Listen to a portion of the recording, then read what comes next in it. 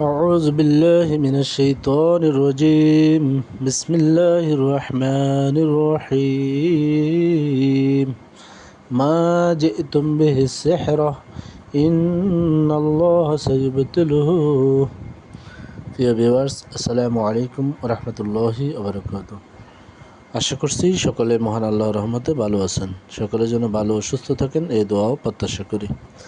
প্রিয় ভিউয়ার্স, আজকে আপনাদের জন্য আরেকটি গুরুত্বপূর্ণ আমল নিয়ে এসেছি। আমলটির শিরোনাম হচ্ছে শক্তিশালী কুফরি বান টোনা জাদু থেকে মুক্তি লাভ করা বা চিকিৎসা।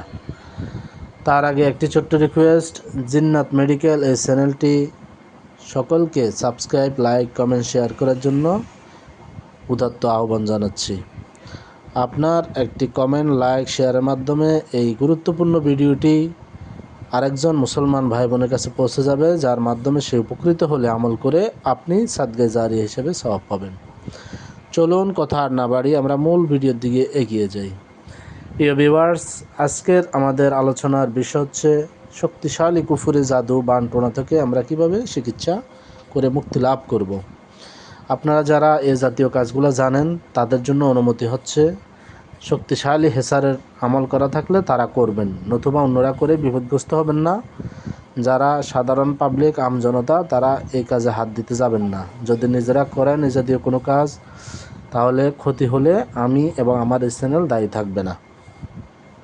প্রিয় ভিউয়ার্স, চলুন আমরা আমলটা আলোচনা করি।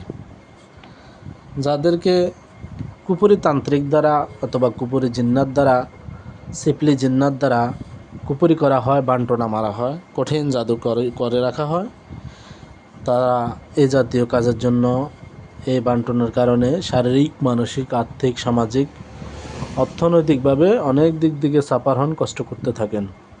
প্রত্যেকটা সেক্টরে তার নেগেটিভ ফলাফল আসে, প্রত্যেকটা কাজে বাধা বিপদগ্রস্ত হন, এগুলি শিকার হন।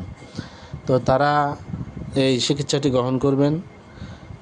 সর্বপ্রথম ইস্তিগফার 11 বার, দরুদ ইব্রাহিম 11 বার পড়বেন, সূরা ফাতিহা 7 বার এবং পবিত্র সূরা ইউনুসের 80 এবং 82 নং আয়াত 7 বার পড়বেন, সূরা বনী ইসরাঈলের 82 নং আয়াত 7 বার, সূরা বাকারা 102 নং আয়াত 7 বার।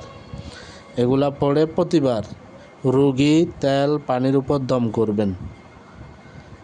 এভাবে 41 দিন পর্যন্ত আপনারা এই তেল পানিগুলা ব্যবহার করবেন, মালিশ করবেন, খাবেন।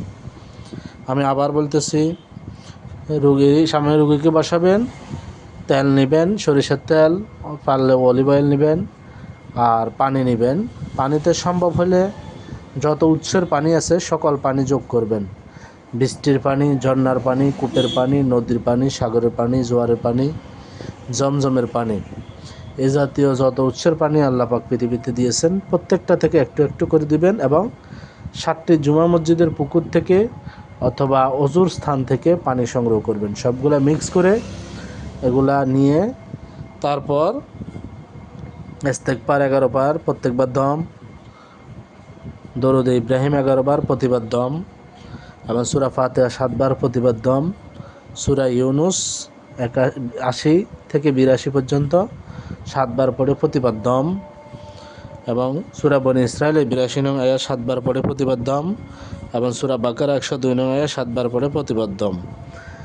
দম করার পরে মহান আল্লাহ তাআলার নিকট দরখাস্ত করবেন যেন উক্ত আমলের মাধ্যমে, তদবিরের মাধ্যমে আল্লাহ তাআলা আপনাকে অথবা এই রোগীকে সুস্থতা দান করেন।